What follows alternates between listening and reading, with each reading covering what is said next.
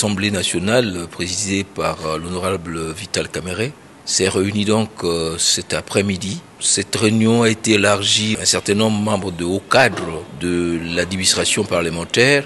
Il s'agit notamment du secrétaire général, du directeur de protocole, ainsi que celui qui est chargé du patrimoine.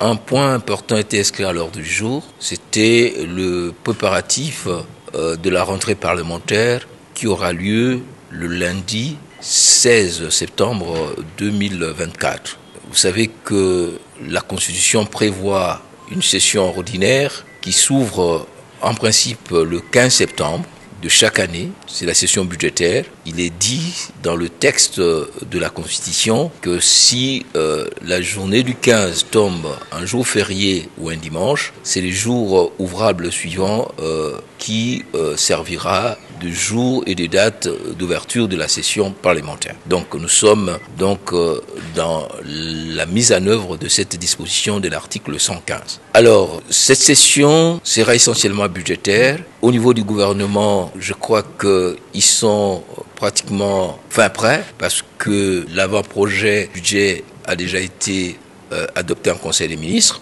Cet avant-projet sera incessamment déposé à l'Assemblée nationale pour faire l'objet, n'est-ce pas, d'examen au sein de l'Assemblée, de l'organe législatif. Mais pour que cette session budgétaire puisse se tenir, il fallait passer en revue toutes les questions liées aux préparatifs d'abord techniques, à savoir l'état de la salle et l'état des autres aspects organisationnels de l'ouverture de la session et surtout de sa continuité pendant 3 mois.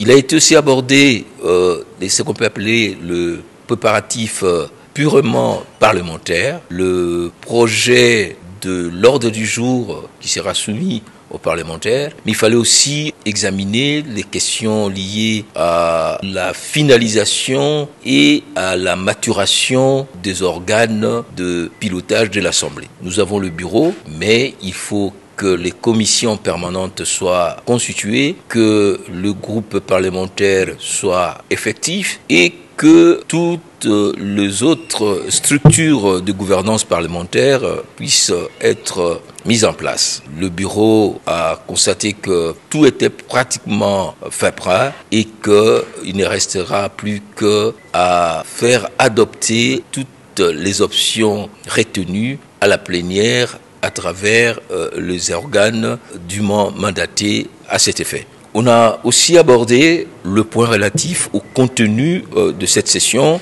qui va se tenir à une période cruciale de notre vie institutionnelle. Et sur ce point-là, la priorité du calendrier sera accordée aux questions liées à la sécurité et à la réforme de notre système de sécurité, à son renforcement, aux questions liées à la sortie des crises à l'Est, aux questions liées au pouvoir d'achat et aux questions liées, n'est-ce pas, à la reconstruction qui a été entamée par le président de la République dans le cadre du programme 145 territoires. Sur ces points, l'ensemble des textes législatifs seront des textes d'accompagnement du programme du chef de l'État et du gouvernement, mais aussi le Parlement n'ayant pas simplement le rôle de légiférer, le contrôle parlementaire devra se faire pour que toutes les options engagées puissent être exécutées. Mais au-delà du contrôle sensu strictu,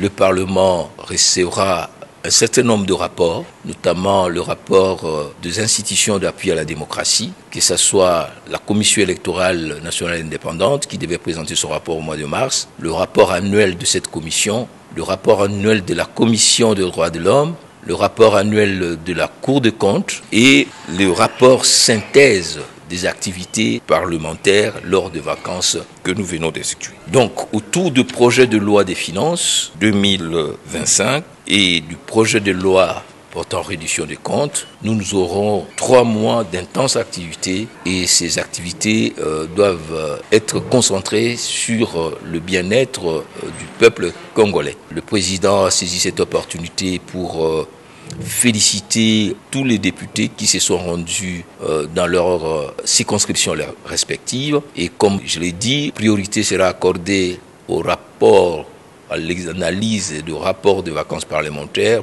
pour la synthèse qui sera transmise au gouvernement, mais les députés doivent être aussi soutenu dans son action de représentant du peuple, d'élu du peuple, et pour qu'il puisse, n'est-ce pas, mener à bien sa mission dans l'intérêt de la population.